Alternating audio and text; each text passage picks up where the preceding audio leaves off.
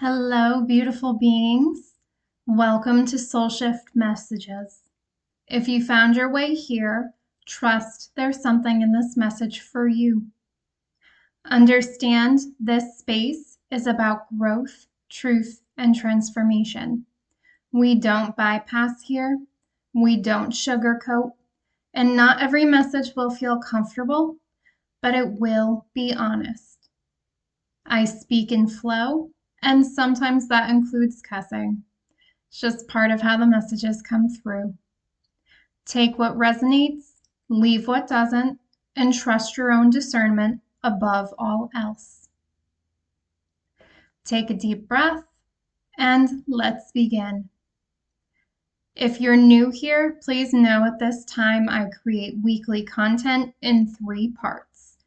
Part 1 focuses on what needs to be revealed. Part 2 focuses on what needs to be understood. And part 3 focuses on what needs to be done. Essentially, what changes do we need to make to embody whatever we happen to be discussing for that week.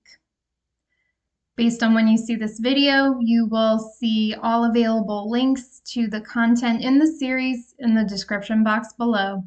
If it's not available yet, just know it's on its way. So I said all of that to say this is going to be part 1 for this week. And this week's topic is fear.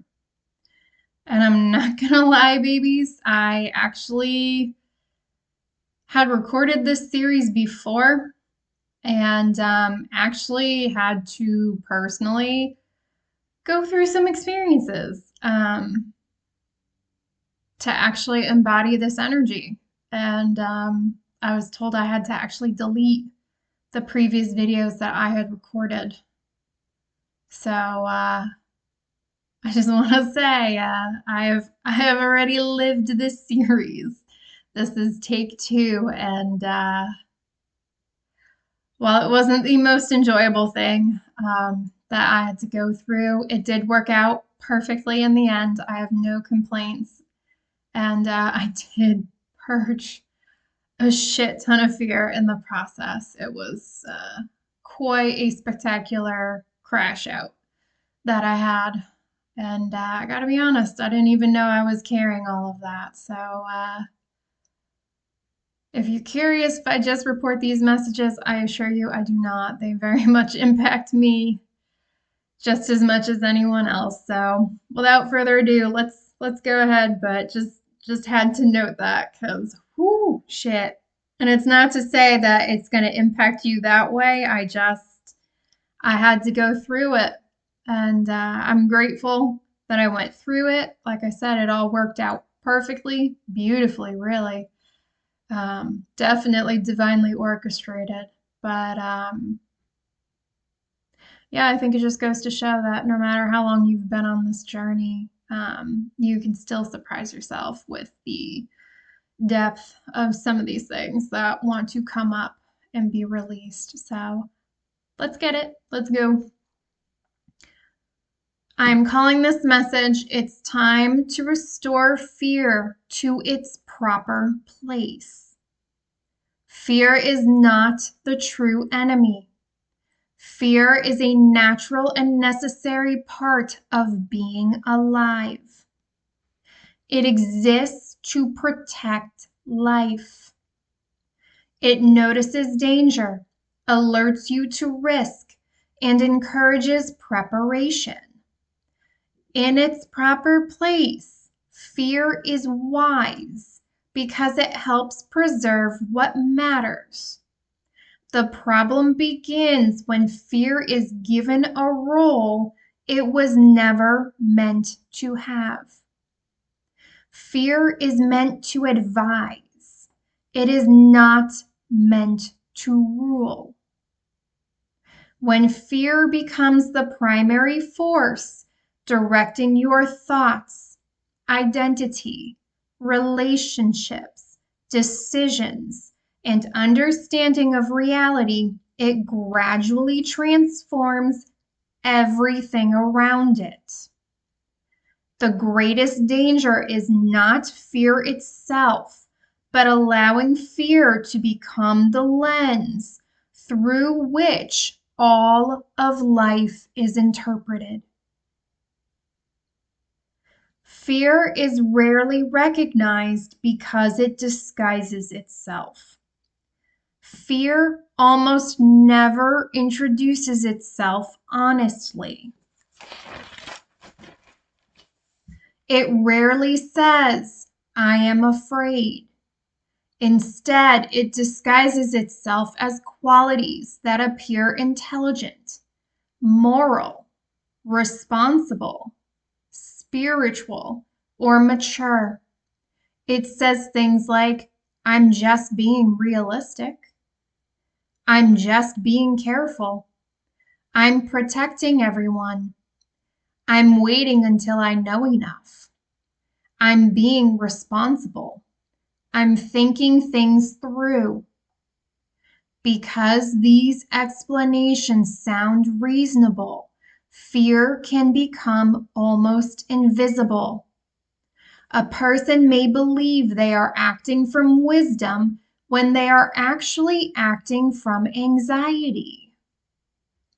One of the greatest forms of discernment is learning the difference between genuine wisdom and fear that has learned to sound wise.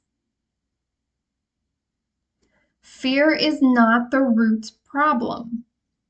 Fear itself is often only the first response. The deeper question is never simply, "What am I afraid of?"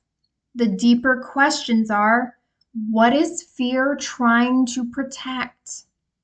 What pain does it refuse to revisit? What loss feels unbearable? What part of me believes it cannot survive change? Fear often protects wounds that have never fully healed. The protective response is not the deepest issue. The wound beneath it usually is. Fear slowly becomes identity. At first, fear is simply an emotion. Eventually, it becomes a habit. Then it becomes a way of thinking. Then it becomes a personality. Finally, it becomes an identity. Instead of saying, "I feel afraid," a person eventually begins living as though this is just who I am. Life gradually becomes organized around protection, relationships, career, beliefs, goals, daily routines. Everything slowly adjusts itself around avoiding danger. The original feeling becomes an entire way of living. This transformation usually happens so gradually it goes unnoticed. And babies, they're saying it is a way of living, but they want you to really think about, is that actually the way you want to live? Right? Is living to protect yourself from danger actually a way of living? For some of you, it might be, and that's fine if you feel that way. But they just really want you to start questioning things. Again, this is really about questioning assumptions, questioning hidden beliefs, bringing kind of autopilot behavior from the unconscious into the conscious mind so you can look at it and see, do you still want to be making these decisions? And again, this doesn't mean in any way don't protect yourself. I mean, to a certain extent, babies' common sense should prevail, right? But it's just should protection from danger drive every decision you make. Let me leave that there. Fear changes how reality is interpreted. Fear does not simply change feelings, it changes perception. The world itself begins to appear different. Neutral events become threats. Coincidences become warnings. Uncertainty becomes danger. Change becomes catastrophe. Possibilities become risks. The mind gradually stops responding to reality itself and begins responding to fear's interpretation of reality. Fear becomes a filter through which everything is seen. Fear always narrows perspective. Fear reduces an infinitely complex world into simple categories: safe or dangerous, friend or enemy, success or failure, right or wrong, control or disaster. Life is rarely that simple. Healthy perception is capable of holding many possibilities at once. Fear cannot tolerate this complexity. It continually narrows attention until danger is the only thing visible. As perspective narrows, flexibility disappears. And babies, I'm not going to lie, that's actually what I had, part of what I had to work through was actually, it was a combination of fear, control, and uncertainty simultaneously while trying to hold multiple complexities. I actually ended up having to bridge all of those polarities through that effort. And I'm really grateful that I was actually able to do it. And I think they want me to tell you that because someone needs to actually know that it's possible. And it is. It is. But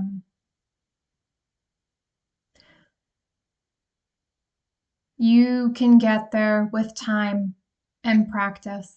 This is kind of opening the gate for those who are interested in being able to do that. But that's ultimately what I had to do. And I was actually able to release a lot of that fear. I basically rewrote my relationship with fear, uncertainty, and whatever the third one was.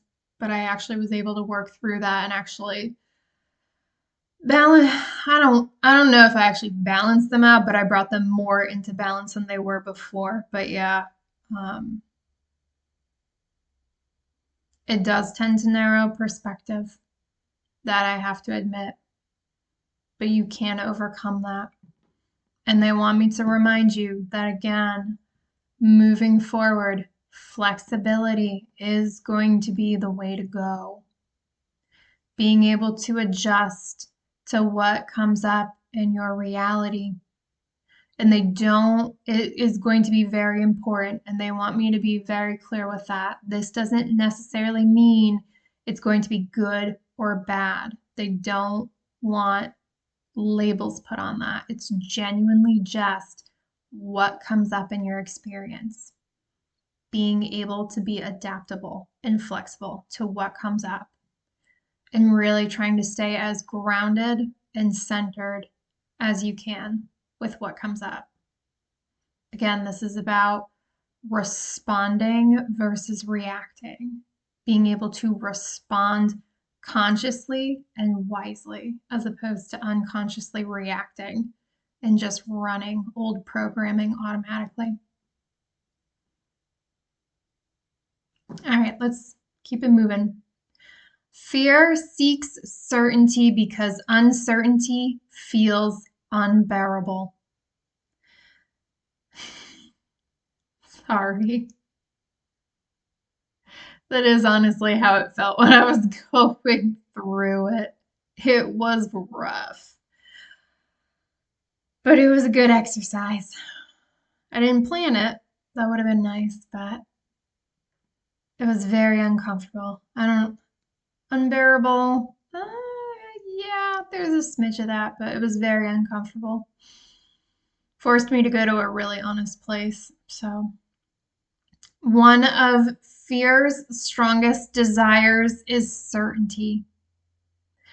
It desperately wants to know what will happen. When will it happen? Can I stop it? Can I guarantee safety? Because certainty is impossible, fear invents substitutes. It begins finding patterns that do not actually exist.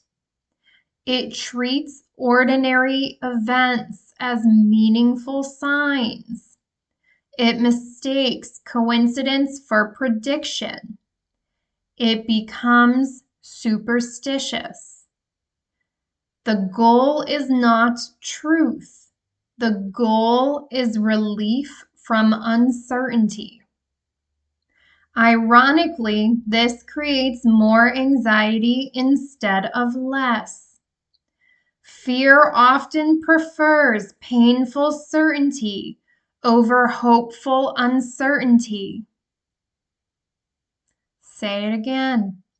Fear often prefers painful certainty over hopeful uncertainty.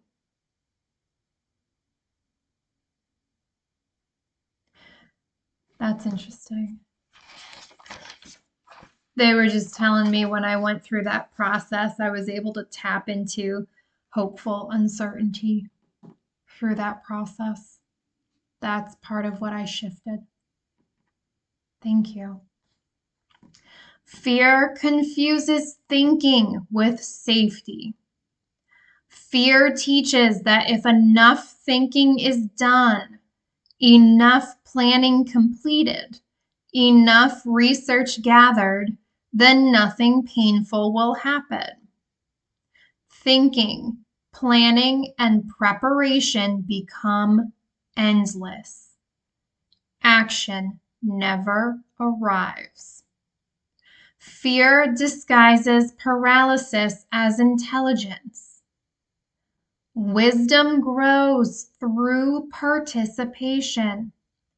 Fear waits until every question has been answered.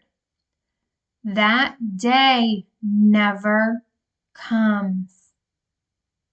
That's why we need to focus on how do we move through fear. Because babies, fear can keep you paralyzed and stagnant for however long. However long you'll let it keep you there. This is really going to be about what do we need to know about fear? What do we need to understand about its mechanisms? And what do we actually need to do so that fear stops driving our lives?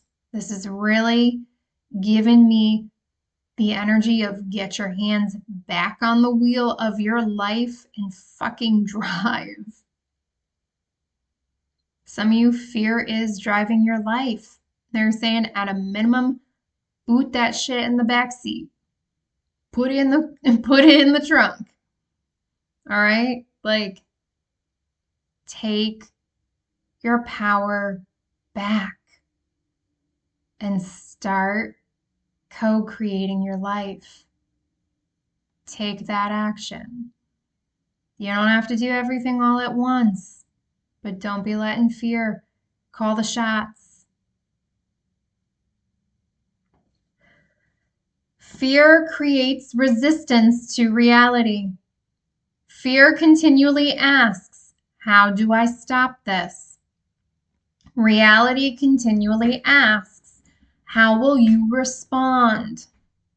Fear argues with what already exists. It resists change, endings, uncertainty, vulnerability. The struggle itself becomes suffering. Much emotional pain comes not from events themselves, but from refusing to accept that they have already happened. Acceptance is not surrender.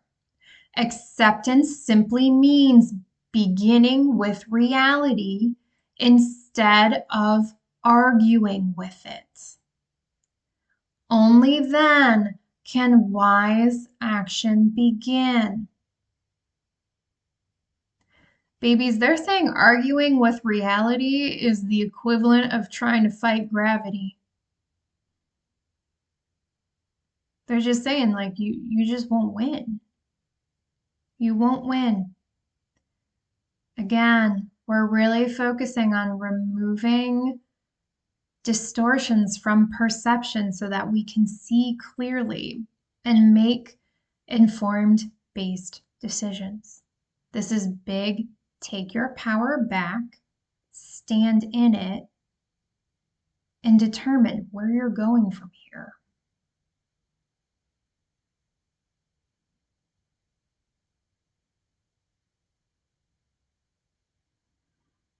And they're just saying it really is that simple. It really is that simple.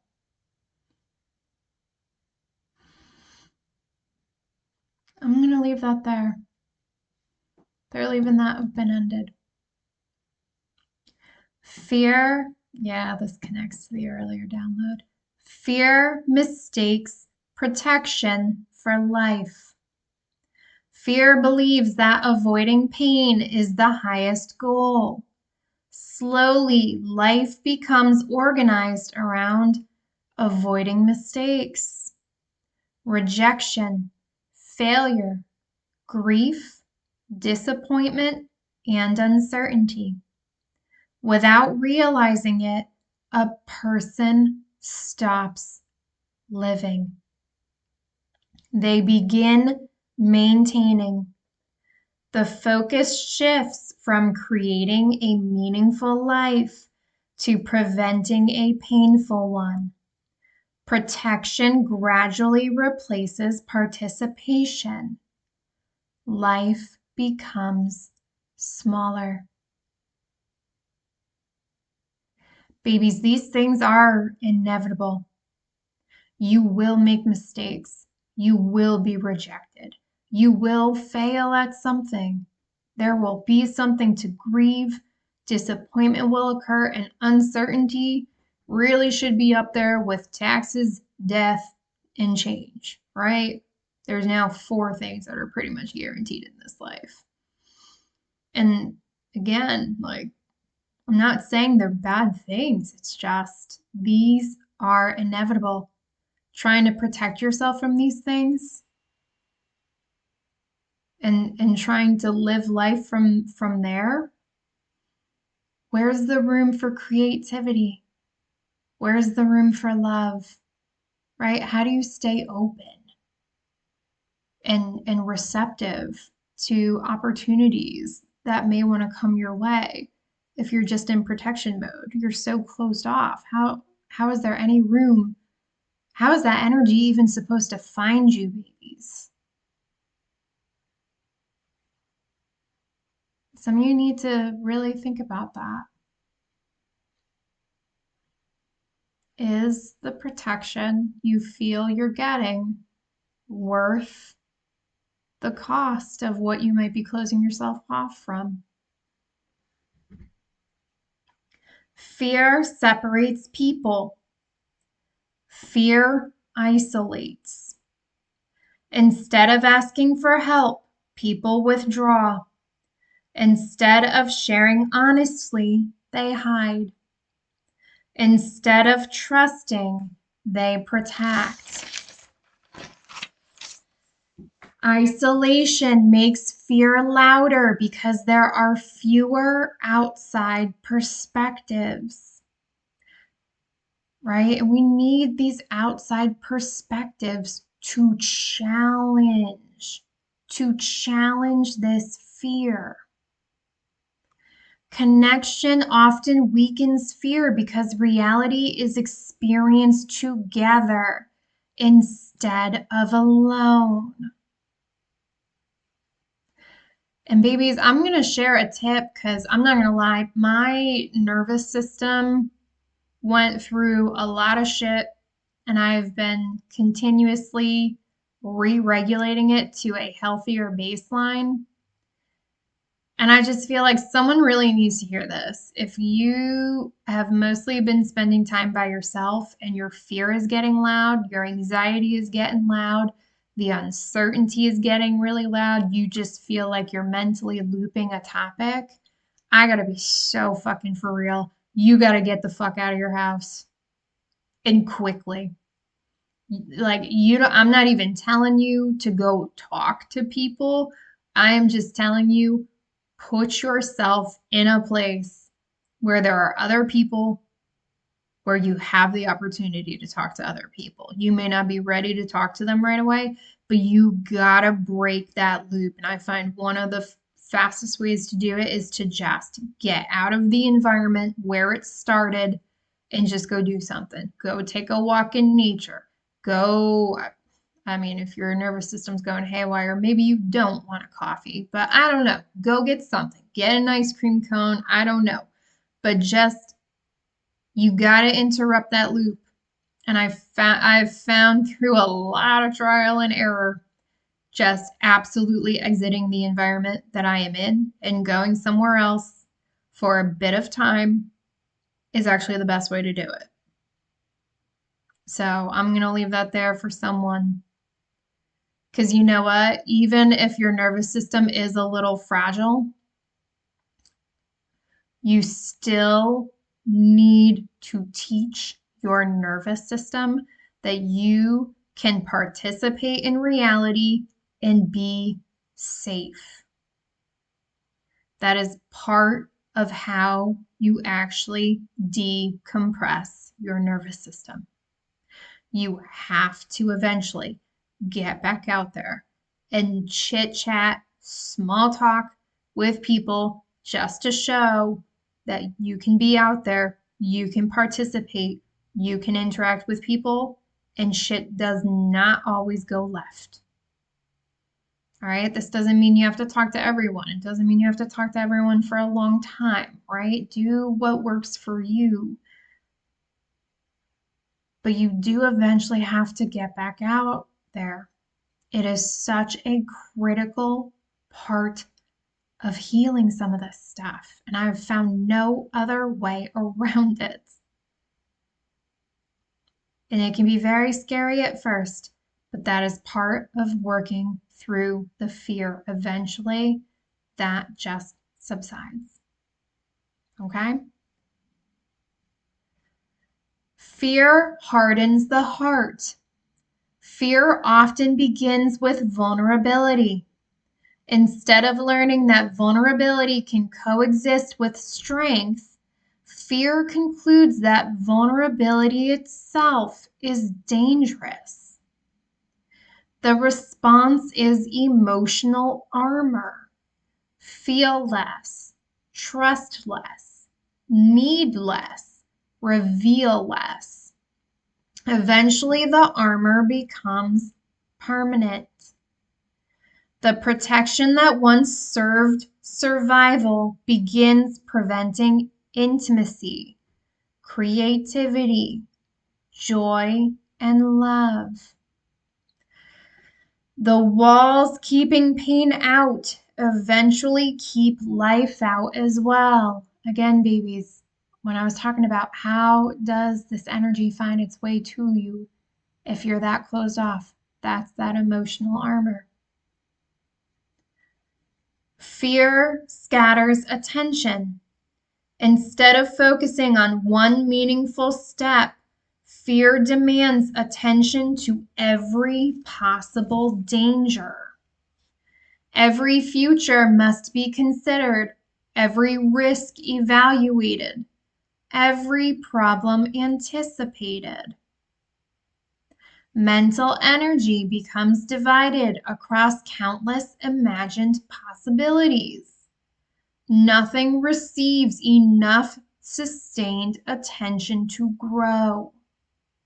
The result is exhaustion. And babies, this is why you have to eventually just take action, because this is where fear will keep you stuck. Because your mind just goes nuts with every single possibility that could ever happen.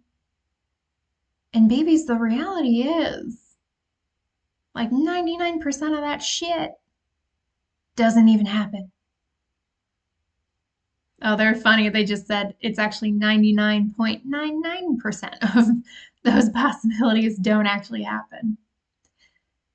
And again, it's just energy being put toward things that just don't serve your greatest and highest good. That I'm telling you, they're just saying, think about the energetic waste, right? Because that's a lot of energy to think through all of these things to try to prevent all these outcomes.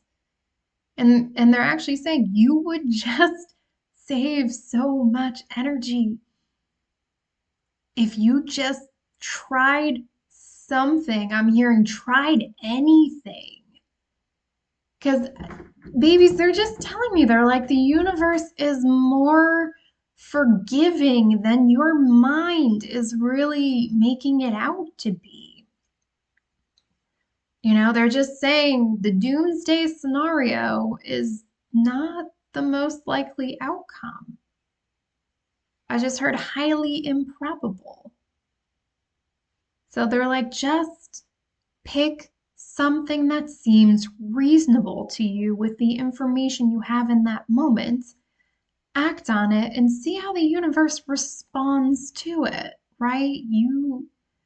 They're saying there's room for grace. You can make a mistake and things can be corrected. All right?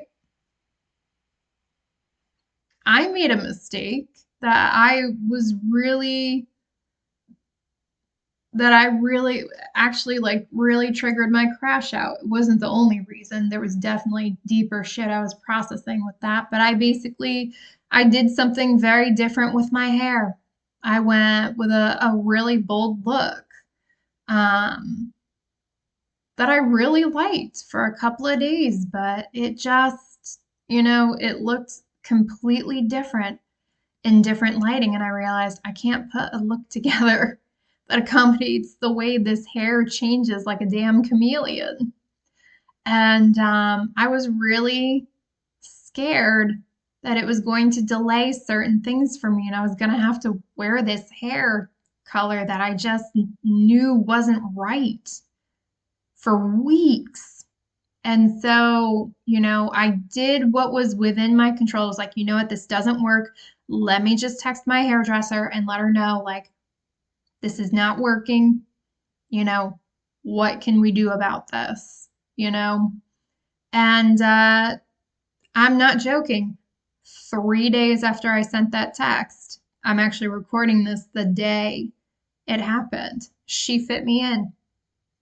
She fixed my hair. I'm back to brunette.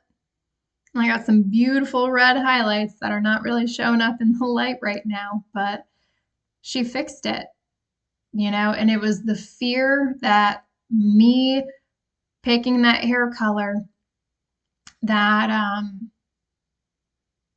that was wrong was going to delay certain things that I know are trying to come into my reality that really forced that crash out. And I know for some of you that may sound simple. I'm not going to explain everything behind that. I did record a video that goes more in depth of that, but it just worked out beautifully. I actually like my hair color now more than even before I did that bold look, but it's like I made a mistake. I had to work through that fear. I had no idea how it was going to work out. I didn't know if I delayed shit. And you know what? I just focused on what I could control and I had to release the rest and just see what happened. And it's 3 days later and everything is fine. Everything is fine. I even got told all my timelines are still on track as I expected for those things to come in. The universe is more forgiving than you think. My doomsday scenarios that popped up never actually came in. They told me there was never a timeline where that doomsday shit was going to come in. I just had to work through that fear, that uncertainty, all that stuff, and it helped me balance that out. And I get it, that's a smaller example, but they're still saying like that is legitimately how it can go. Do something. If you make a mistake, there will be an opportunity to correct it, and it's often not the most catastrophic thing. Work through fear. Alchemize this shit. Because you know what? Now I'm not as afraid of those things, that type of situation happening again. Why? Because I went through it. It worked out. I was able to correct it. I took action. I worked through it. All right? Here we go. Fear creates feedback loops. Fear strengthens itself. Avoidance reduces confidence. Reduced confidence increases avoidance. Isolation creates fear. Fear creates isolation. Rigidity creates fragility. Fragility creates greater rigidity. Overthinking delays action. Delayed action creates more uncertainty. These cycles reinforce themselves until interrupted by different behavior. Often, action must come before confidence. And baby, sometimes we just have to work through things to get to the other side and prove to ourselves that we were stronger than what we were dealing with. We actually had, it's really about understanding where your power truly lies, standing in it, acting appropriately, and seeing how it goes. And they just honestly want to ask you, and they're being a little cheeky about it with the way they're putting it, but they told me to honor it.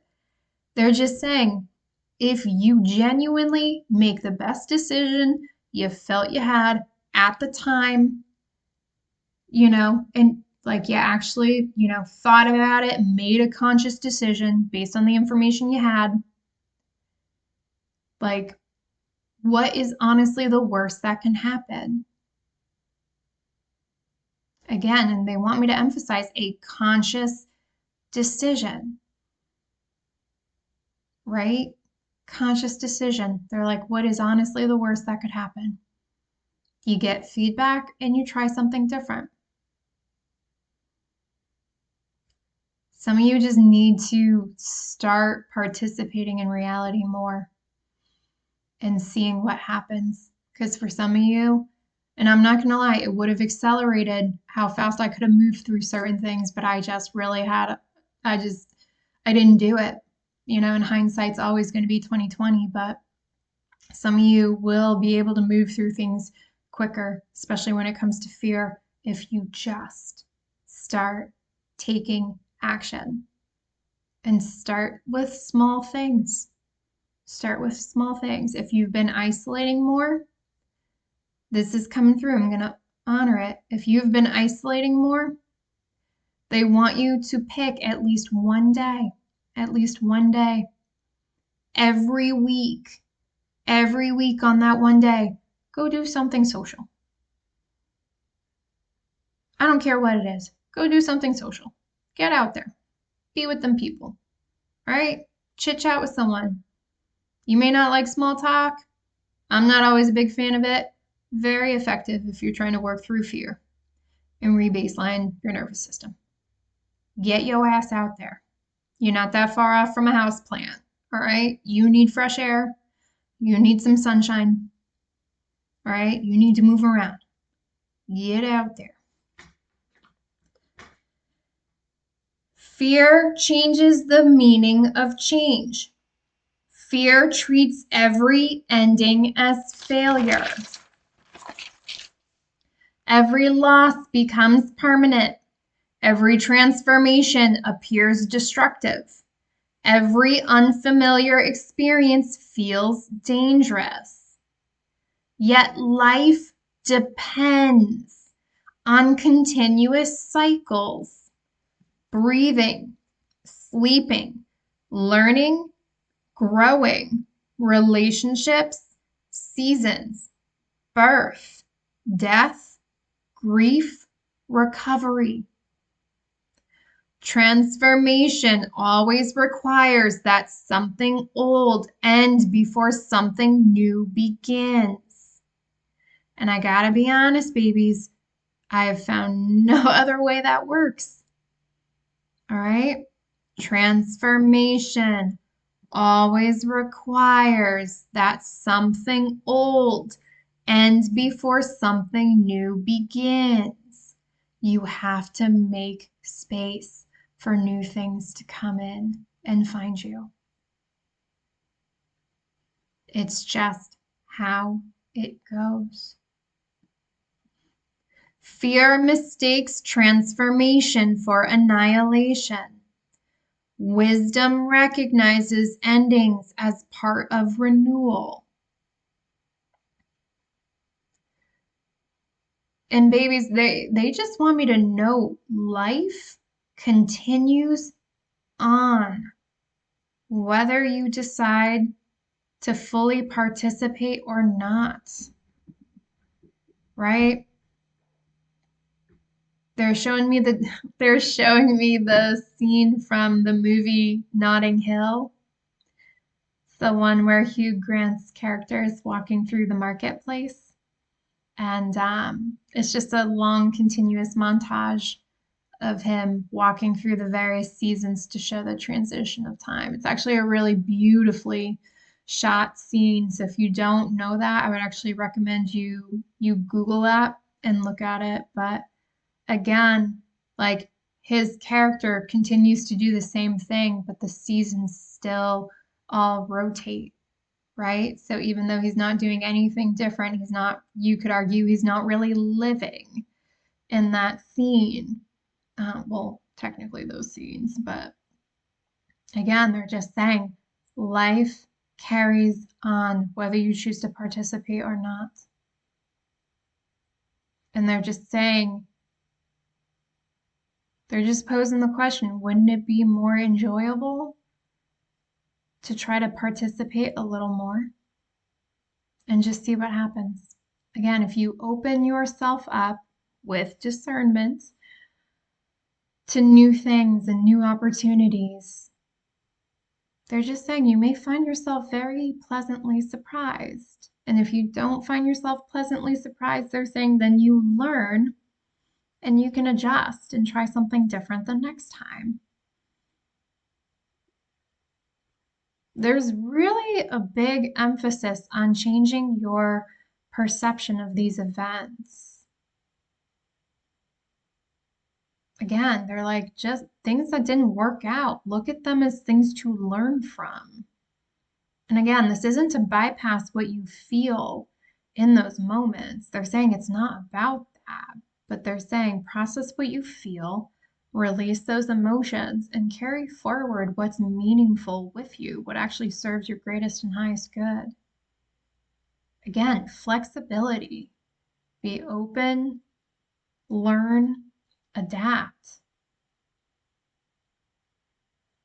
That's just going to be the way to really I'm not going to lie, that really feels like the way to align with what you actually want.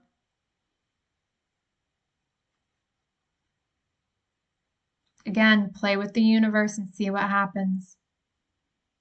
Try something. If it's not quite what you want, tell the universe, God, source, whatever you believe in, what you want differently, what you would tweak, what you would adjust. Get back out there. See what else comes your way. And keep tweaking, keep iterating. Fear freezes identity. Fear attaches itself to ideas about who someone must be. I must always be strong. I must never fail. I must always know. I must never disappoint anyone. I must stay in control. Once identity becomes rigid, anything that challenges it feels threatening. The fear is no longer about events. It becomes fear of losing oneself. Healthy identity is flexible.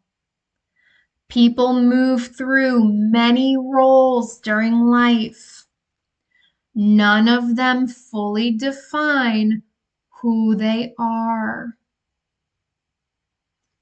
Fear corrupts healthy qualities. Very few destructive traits begin as evil. Most begin as healthy instincts that lose balance. Stability becomes rigidity. Discipline becomes control. Intelligence becomes endless analysis. Reflection becomes obsession. Confidence becomes superiority. Protection becomes isolation. Caution becomes paralysis. Conviction becomes fanaticism. The healthiest qualities become harmful only when they become absolute. Balance is what preserves their goodness. And babies with all those traits, they are opposites of the same system. That's why you want to balance them out so that you can pause and you can consciously choose, where do I want to be on this system and for how long? Okay? Fear divides what naturally belongs together. Fear creates false choices.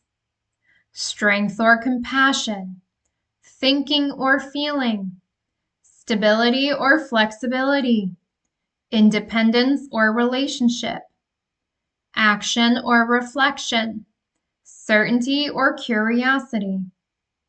In reality, these qualities are meant to work together. Maturity is not choosing one side. It is learning to hold both. You gotta balance that shit out. That's how you also overcome fear, right? Because now you can hold more complexity without collapsing. And granted, I had a crash out, which is absolutely a collapse. But you know what, babies? There is truth in the statement of breakdowns often lead to breakthroughs. And thankfully, I don't have too many crash outs these days. I'm going to be honest. I'm neither proud nor ashamed of that crash out. All right. My crash outs are very efficient and very effective. I can dump a lot of pent up energy and emotions in a very short period of time, which then makes a lot of room for a lot of energetic reconfiguration. So I'm going to honor that crash out because you know what? It really did what it needed to do, and I'm going to be grateful for that. All right? Balance. All right? It's not always pretty trying to get it, but it's not always that. You don't always have to have a crash out to get it. All right? I was working through some really old energy that does not even originate from this lifetime. All right. I be multidimensional. I know what's up. All right. So, fear confuses safety with control. Fear believes safety comes from controlling life, controlling outcomes, people, emotions, uncertainty. Real safety works differently. It comes from resilience. Control depends on the world behaving as expected. Resilience depends on becoming capable of responding wisely when it does not. Control seeks certainty. Resilience develops capacity. One tries to prevent change. The other learns to move with it. Fear mistakes strength. Fear believes strength means becoming harder, trusting less, feeling less, changing less, holding tighter. Real strength is different. Healthy people adapt. Healthy relationships adjust. Healthy communities cooperate. Healthy ecosystems evolve. Healthy minds remain teachable. Rigid things eventually break. Flexible things bend and recover. Adaptability is one of the deepest forms of strength. Fear reduces creativity. Creative energy asks, what can I build? Fear asks, what could go wrong? Creative energy imagines possibilities. Fear imagines threats. Building becomes maintaining. Exploration becomes defense. Life becomes smaller because imagination is redirected from creation toward protection. Babies, there are always trade-offs when it comes to this stuff. And again, just because you swung too hard with the protection for a certain amount of time doesn't mean you can't bring that back into balance to make more room in your life for genuine living. Again, they're saying the universe is more forgiving than that. Just because you did that before doesn't mean you have to always keep doing it. You're allowed to change your mind, but you also need to act differently, okay? Fear disconnects people from direct experience. Fear encourages living in imagined futures rather than present reality. The body exists here. The mind lives somewhere else. Instead of responding to what is happening now, attention becomes occupied by hypothetical disasters. This separation creates chronic tension. Presence restores direct contact with reality. Babies, there is a reason why I did an entire 3-part series on presence. It is important. And if you can embody genuine presence, they're telling me it's a game changer. I don't know if anyone is interested in that series. There is a presence playlist that you can look at. Fear can be inherited. Fear is not always personal. Families, communities, cultures, institutions all pass it down. Beliefs become inherited truths. The world is unsafe. Don't trust people. Never show weakness. Failure is unacceptable. Change is dangerous. Stay constantly alert. These beliefs may feel like objective reality because they have existed for generations. Some fears are learned long before they are questioned. And babies, just because everyone else believes them doesn't mean you have to. You're allowed to examine your beliefs and determine which ones serve your greatest and highest good and which ones you can release. You can do that any day, at any time. Fear cannot create. Fear can preserve, defend, and protect. But fear alone cannot create new life. Creation requires qualities fear cannot produce by itself: curiosity, trust, hope, love, play, exploration, meaning. Growth always requires moving beyond what fear alone would choose. Wisdom is surprisingly ordinary. Wisdom is not presented as extraordinary knowledge. It appears in ordinary actions: doing meaningful work, learning, teaching, building, sharing, helping, balancing, adjusting, listening, creating, participating, remaining grounded, remaining open, remaining flexible. Wisdom is not primarily an achievement. It is a way of meeting ordinary life. Healing does not require destroying fear. Fear does not need to disappear.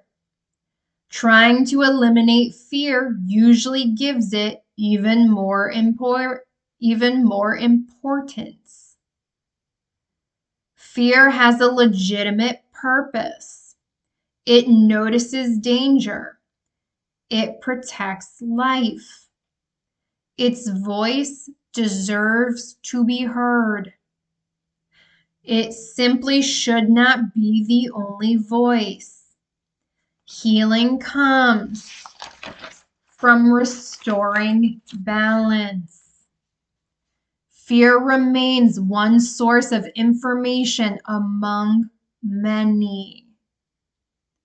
Alongside fear stands wisdom, compassion, curiosity, experience, love, creativity, discernment, and reality itself. Together, they create healthier decisions than fear could ever make alone. Every distortion has a corresponding restoration. Where fear creates rigidity, healing develops flexibility. Where fear creates confusion, healing develops clarity through participation. Where fear creates isolation, healing develops connection. Where fear creates overthinking, healing develops meaningful action. Where fear creates emotional armor, healing develops honest vulnerability. Where fear creates control, healing develops trust and resilience. Where fear creates scattered attention, healing develops grounded focus. Where fear creates resistance, healing develops acceptance and wise response. Where fear creates false certainty, healing develops comfort with uncertainty. Where fear creates fixed identity, healing develops openness to growth. Where fear creates preservation at all costs, healing develops wholehearted participation in life. Healing is not becoming someone else. It is restoring balance where protection has become excessive. The deepest invitation, the central invitation, is not to become fearless. Fearlessness is neither possible nor desirable. The invitation is to change your relation with fear. Allow fear to speak. Listen carefully to what it is trying to protect. Ask what wound or belief lies beneath it. Separate genuine danger from imagined certainty. Then allow wisdom, not fear, to make the final decision. Protection remains important, but so is love, creativity, truth, curiosity, trust, meaningful work, adaptability, connection, and growth. Life cannot be lived through protection alone. The central truth: fear is a faithful guardian, but a poor ruler. When fear serves as an advisor, it protects life. When fear becomes the ruler, it slowly reorganizes perception, identity, relationships, and choices around avoiding pain. Over time, this can lead to isolation, rigidity, overthinking, emotional numbness, false certainty, resistance to change, scattered attention, and a life defined more by preservation than by purpose. The healthier path is not to reject fear or obey it without question. It is to restore fear to its proper place, a respected voice that informs decisions without controlling them. From that place, wisdom can lead, resilience can grow, relationships can deepen, creativity can flourish, and change can be met as a natural part of living rather than as a threat to survival. In this understanding, the opposite of fear is not courage alone. It is wholehearted participation in reality. It is meeting life as it is, uncertain, changing, sometimes painful, often beautiful, with openness, discernment, flexibility, and the willingness to keep growing.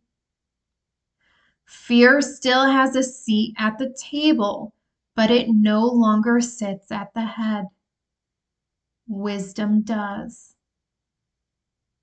End it there. All right, babies, that is all I have for you for part 1 of this series on fear. I will be back later this week with parts 2 and 3. Feel free to tune in if this resonates. If not, that's totally fine. Just know the content will still be there if you decide to change your mind later on. All right, take care of yourselves, beautiful beings. Until next time, bye.